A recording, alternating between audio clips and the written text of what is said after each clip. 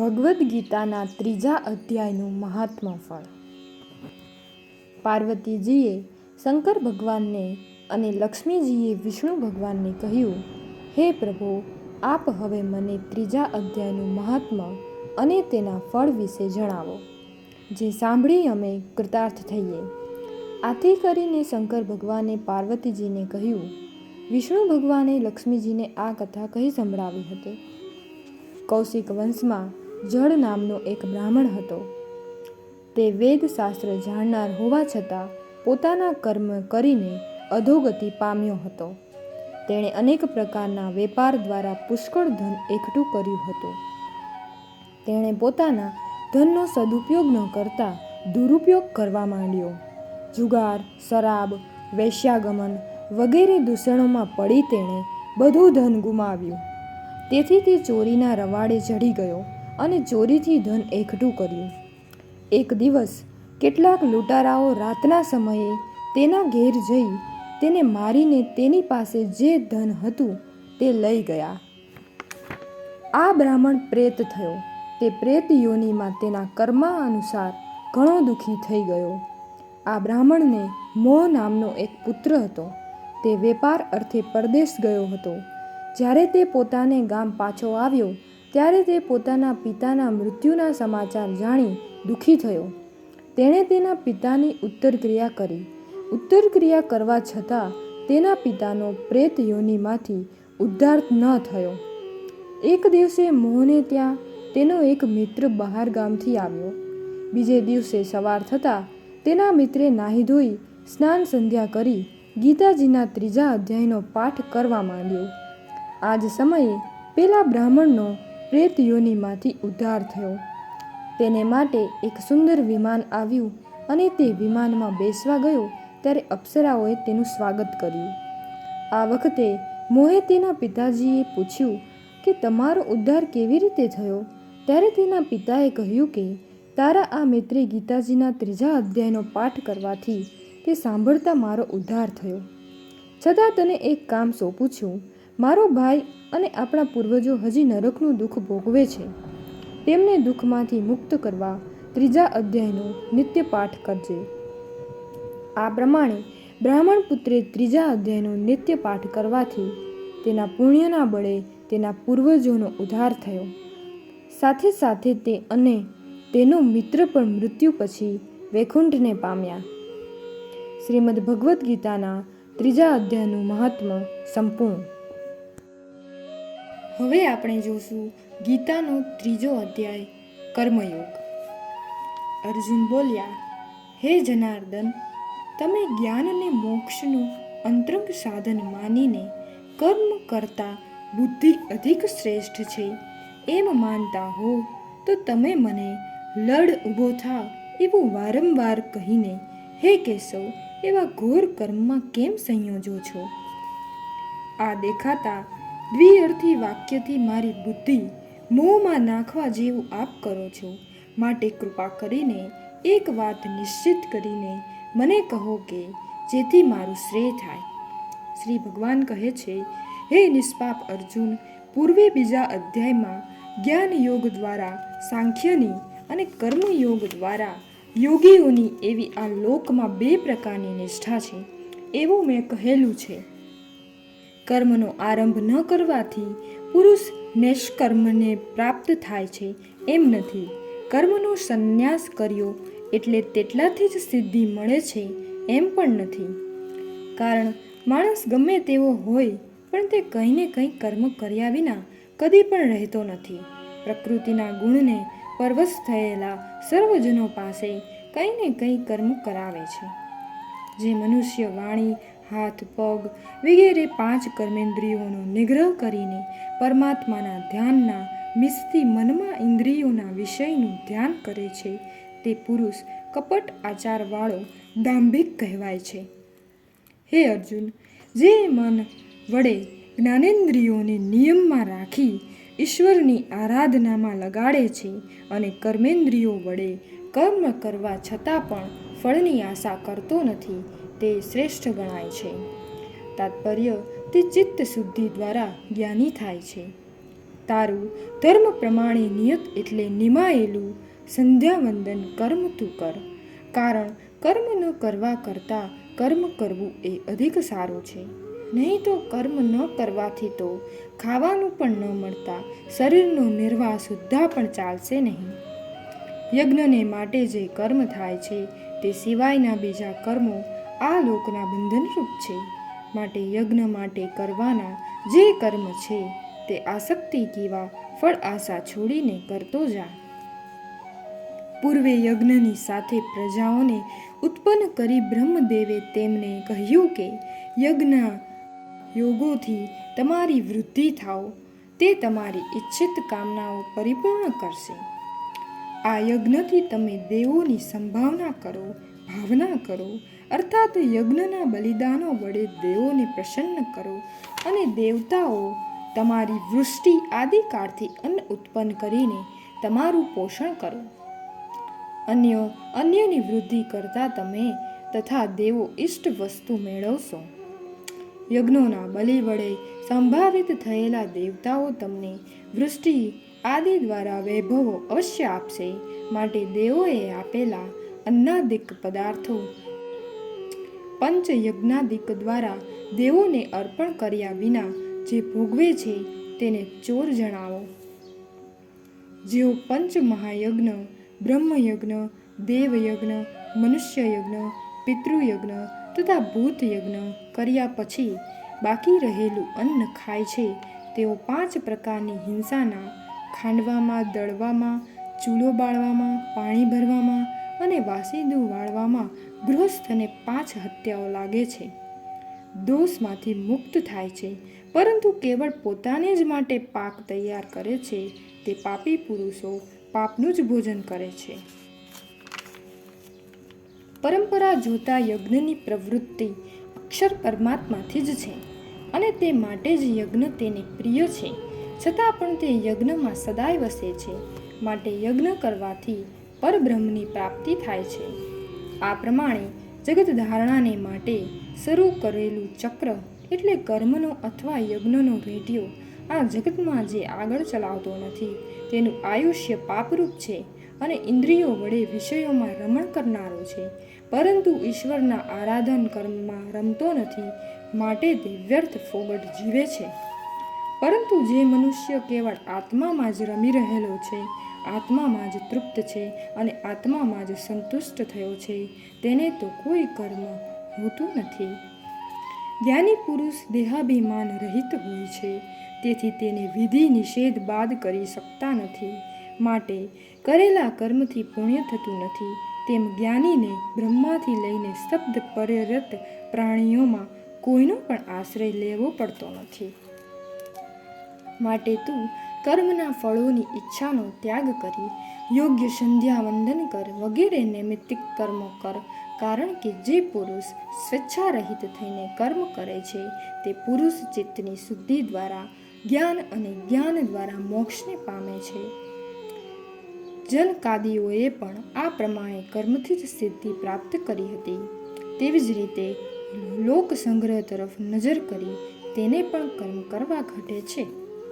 શ્રેષ્ઠ પુરુષો જે કરે છે તે જ બીજા સામાન્ય લોકો પણ કરે છે. તેઓ જે વાતને પ્રમાણ માને છે તેને લોક અનુસરે છે. હે અર્જુન, મારે ત્રિભુવનમાં કાંઈ કર્તવ્ય બાકી નથી. એવા મને અપ્રાપ્ય એવી કોઈ વસ્તુ નથી કે જે મારે પ્રાપ્ત કરવાની છે, તદાપી હું કર્મ જ કરે જાઉં છું. સાવધ થઈને જો કોઈ દિવસ કર્મ કરું નહીં તો હે પૃથાપુત્ર અર્જુન, સર્વે મનુષ્યો સર્વથા મારા માર્ગને જ અનુસરે, અર્થાત કર્મ કરે નહીં. હું કર્મ ન કરું તો આ લોક નાશ પામે ને હું વર્ણ સંકરનો કરતા થાઉં અને મારે હાથે જ પ્રજાનો નાશ થાય. હે અર્જુન, કર્મમાં આસક્તિવાળા અજ્ઞાનીઓ જેમ કર્મ કરે છે તેમજ વિદ્વાનોએ કર્મમાં આસક્ત નહીં થતા કર્મમાં લોકોને પ્રવર્તાવવાની ઈચ્છાથી કર્મ કરવા. કર્મમાં આસક્તિવાળા અજ્ઞાનીઓને આત્મા અકર્તા છે આવું તત્વજ્ઞાનનો ઉપદેશ કરી તેની બુદ્ધિમાં અન્યથા વિચાર ઉપજાવવા નહીં, અર્થાત કર્મ ઉપરથી તેની આશા ઉઠાડવી નહીં, પરંતુ જ્ઞાની મનુષ્ય પોતે સાવધાન રહીને કર્મ કરવા અને જ્ઞાનીઓની પાસે સાવધાન રહીને કર્મ કરાવવા. પ્રકૃતિના સત્વ, રજસ અને તમસ એ ગુણોથી સર્વ પ્રકારે કર્મો કરાય છે, છતાં અહંકારથી ગાંડો થઈ ગયેલ મનુષ્ય, અજ્ઞાની પુરુષ હું કરતા છું એમ માને છે. પરંતુ હે મહાબાહુ અર્જુન, હું ઇન્દ્રિયો નથી, તેમજ ઇન્દ્રિયોએ કરેલા કાર્ય પણ મારા નથી. આ પ્રમાણે ગુણ તથા કર્મોથી પોતાને ભિન્ન જાણનાર જ્ઞાની પુરુષ ઇન્દ્રિયોના વિષયોમાં વર્તે છે.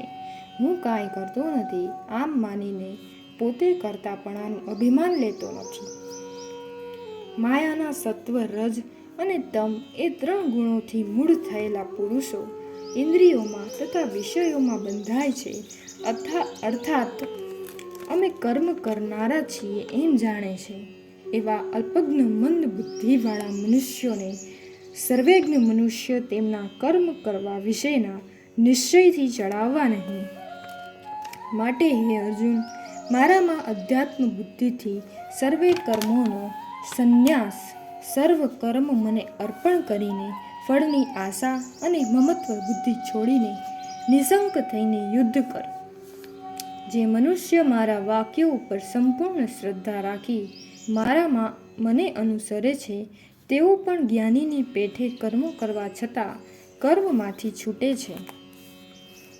પરંતુ જેઓ મારી આજ્ઞાઓ એટલે ઈશ્વર પ્રીત્યર્થ કર્મ કરવા આવી આજ્ઞાનો દ્વેષ કરીને તેનું અપમાન કરે છે, તેઓને હે અર્જુન, તારે બ્રહ્મ સંબંધી સર્વે કર્મોના આ યજ્ઞમાં મૂઢ વિવેકહીન પુણ્યલોકમાંથી ભ્રષ્ટ થયેલો જાણવો.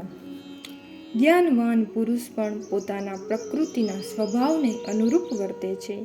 સર્વભૂત માત્ર પોતપોતાની પ્રકૃતિ તરફ વળે છે. પછી નિગ્રહ એટલે શું થવાનું હતું?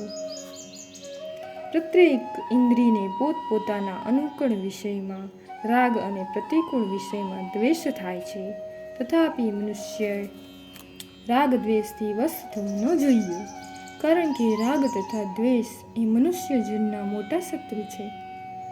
પારકાનો ધર્મ સુખથી આચરણ થાય તેવો હોય તો પણ તેના કરતાં પોતાના ધર્મ ચાતુર્ય વર્ણવિહિત કર્મ ગુણહીન એટલે સદોષ હોય તો પણ સ્વધર્મ પ્રમાણે વર્તતા મરણ થાય તે કલ્યાણકારી છે.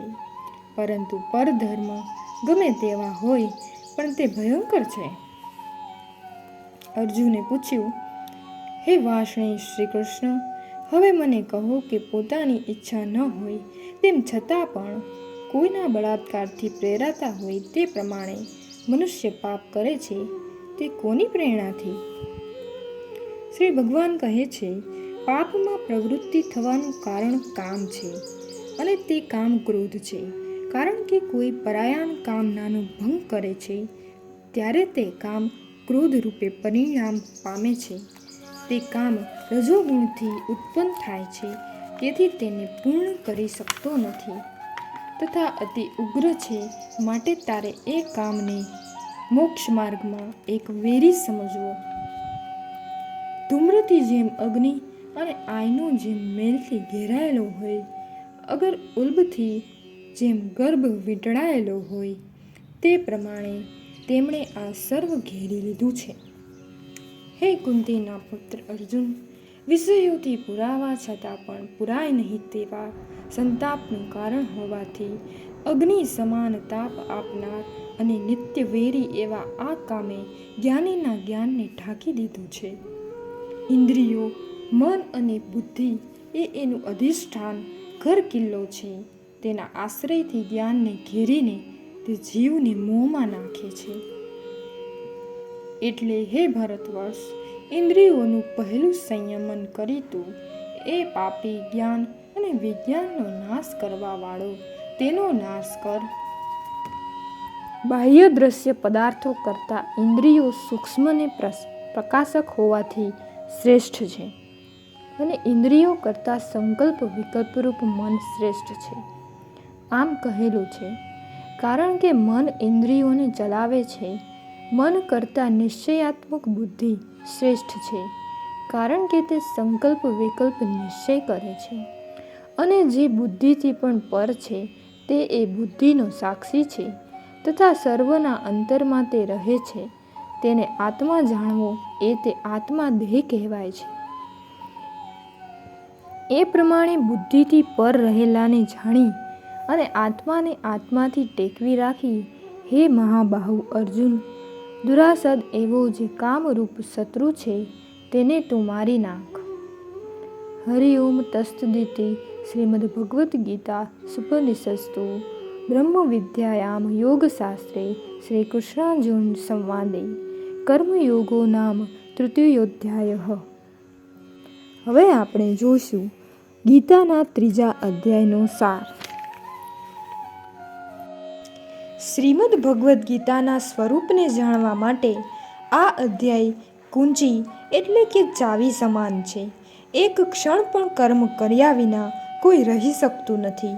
કર્મના કેવળ બાહ્ય ત્યાગથી સિદ્ધિ એટલે મોક્ષ મેળવી શકાતો નથી. પ્રકૃતિથી ઉત્પન્ન થયેલા ગુણો જ પરવશ થયેલ દરેક વ્યક્તિ પાસે કર્મ કરાવે છે. શરીરનો વ્યાપાર પણ કર્મ વિના ચાલી શકતો નથી. કર્મયોગમાં વિષયાસક્તિને સ્થાન હોય જ નહીં. યજ્ઞ એટલે પરોપકારાર્થે, લોક કલ્યાણાર્થે, ઈશ્વરાર્થે કરેલા કર્મ સર્વવ્યાપક બ્રહ્મ હંમેશા યજ્ઞ વિશે રહેલ છે. સંગરહિત થઈને નિરંતર કર્તવ્ય કર્મ કરવાનું ભગવાન કહે છે. અસંગ રહીને જ કર્મ કરનારો પુરુષ મોક્ષ પામે છે.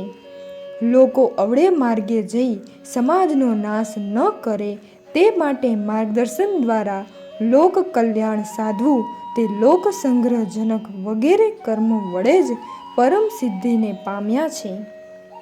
ઈશ્વર નિરાકાર છતાં શારીરિક કર્મો કરે છે એમ કહેવાય. ઈશ્વર અશરીરી છતાં શરીરની જેમ વર્તતો દેખાય છે. તેથી જ તે કર્મ કરતો છતાં અકર્મકૃત અને અલિપ્ત છે. શ્રી કૃષ્ણ પોતાના વર્તનને અનુસરવા સૂચન કરે છે. મમતા, આસક્તિ અને કામનાઓનો ત્યાગ કરીને શ્રી કૃષ્ણાર્પણ બુદ્ધિથી કર્મ કરવા જોઈએ. મનુષ્યોએ સ્વધર્મનું આચરણ કરવું જોઈએ.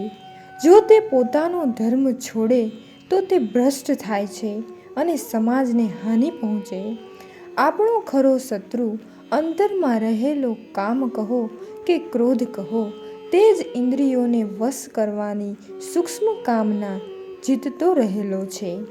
બુદ્ધિથી પર એવા આત્માને જાણવાથી પણ વશ રહે મનને વશ કરી શકનારને કાળ શું કરી શકે? અહીં આપણા 3જા અધ્યાયનો સાર પૂર્ણ થાય છે. જય શ્રી કૃષ્ણ.